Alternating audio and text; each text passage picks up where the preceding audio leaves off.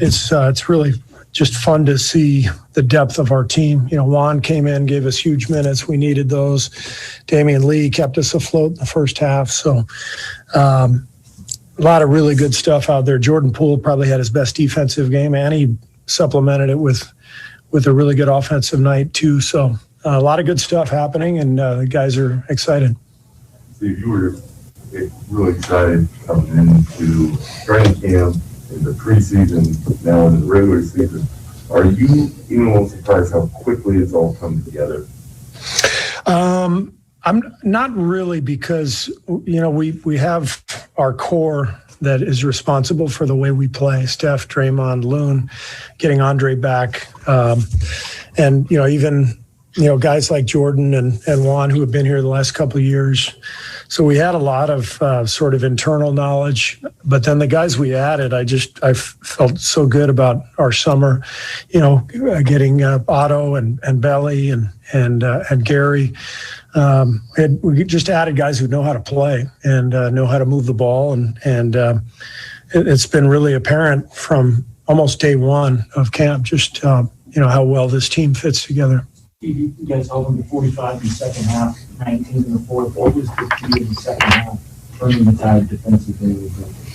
Well, I think taking care of the ball was a huge part of our defense. We only had 7 turnovers, really 6, because we took one at the end on the shot clock violation, and that was the difference in the game.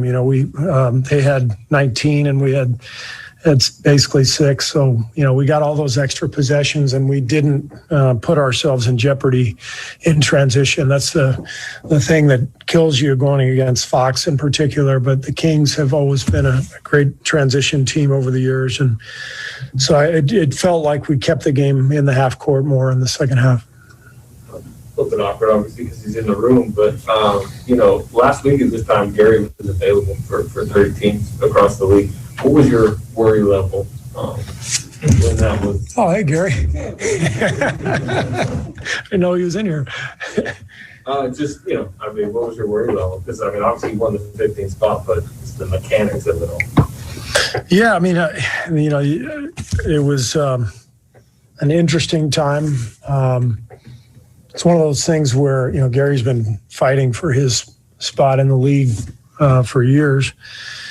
And if somebody had picked him up, I would have been happy for him, that somebody had claimed him and put him on the roster. But selfishly, I wanted him for our roster. But just glad it worked out, because he gives us a dimension out there that really adds to our team, the athleticism. We had a couple dunks today, one on the lob from Steph, but the second one was really an amazing play. Looked like Steph had thrown it over his head in transition, and he went up and got it and laid it in.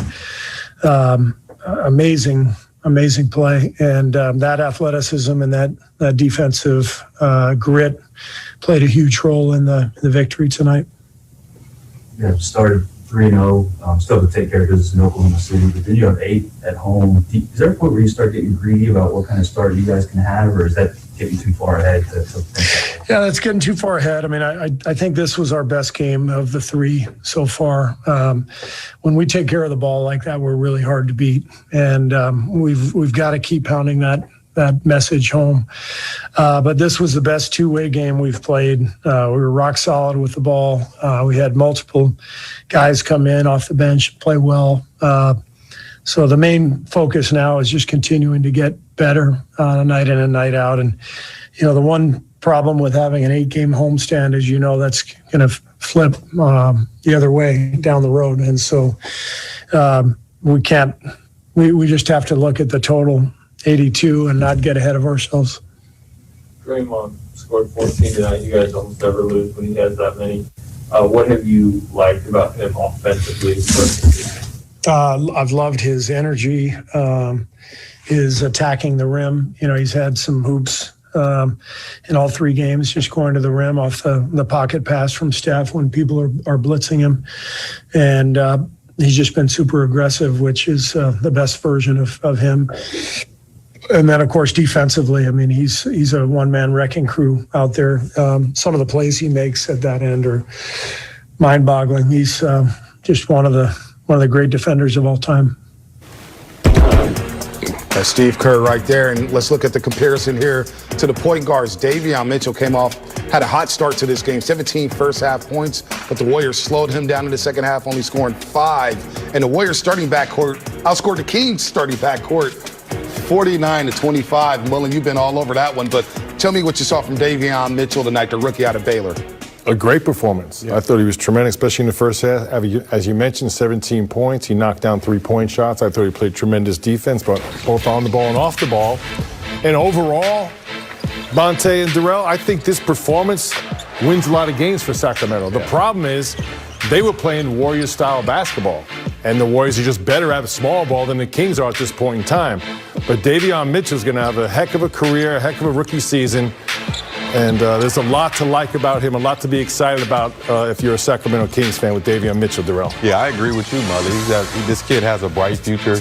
Doesn't look like he's scared of anybody. We've seen what he did with Dame Lillard and Donovan Mitchell. So this kid right here has a bright future. So if he can continue to get better each and every year and keep working on that jumper, he's going to be a hell of a player. And they played a good game. They shot the ball well. They shared it. Overall, I thought Sacramento played a good game. The Warriors are just better at that game at this point in time.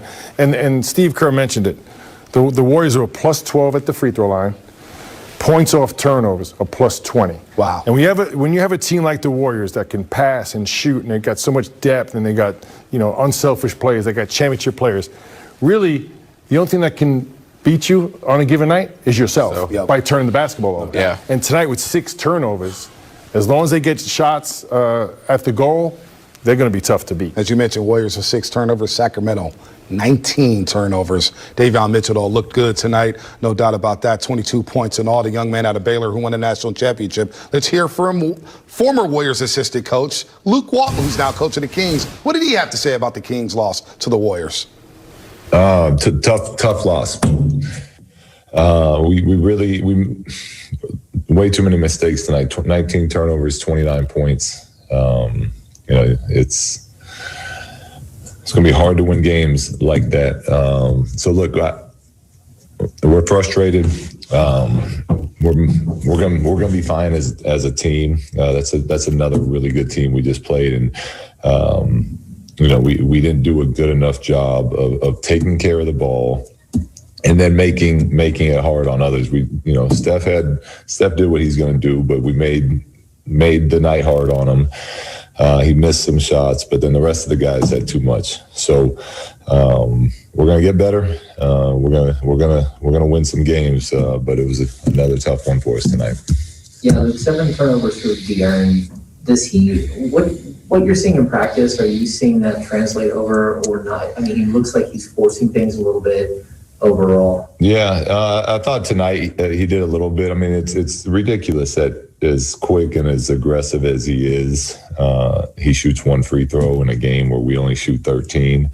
And the other team, he's got plus 10 on us on that. And so I think part of it is, there's probably some frustration from not getting a whistle, and then he's trying to get himself going. And, I think he's expecting big things from himself this year, as we are. So, I've said multiple times, he's the head of the snake for us. And, he knows he needs to play better, and he will. But yeah, it's trying to find that rhythm still. Luke, 17-13, your team was outscored at the start of the fourth quarter. Yeah, that killed us. You can't do that. You can't give Steph Curry and Draymond Green a 6-point lead when they come back in the game. It just can't happen. We talked about it as a staff, as a team, really. And but it's one thing to talk about it. It's another thing to go out there and do it. And give the Warriors credit for, the Gary Payton, he hadn't played in a while, and he stepped up and knocked down some big threes. Wiggins hit that big 3 right before they got back in. But yeah, I mean, if that happens, it's going to be your chances of winning that game are not great. And with all that said, we still cut it to 3. Buddy hit a 3 in transition. We got to stop, and we're pushing it late. And then we threw another errant pass. So a lot of what made it hard for us tonight was self-inflicted, which at least that means we can fix it.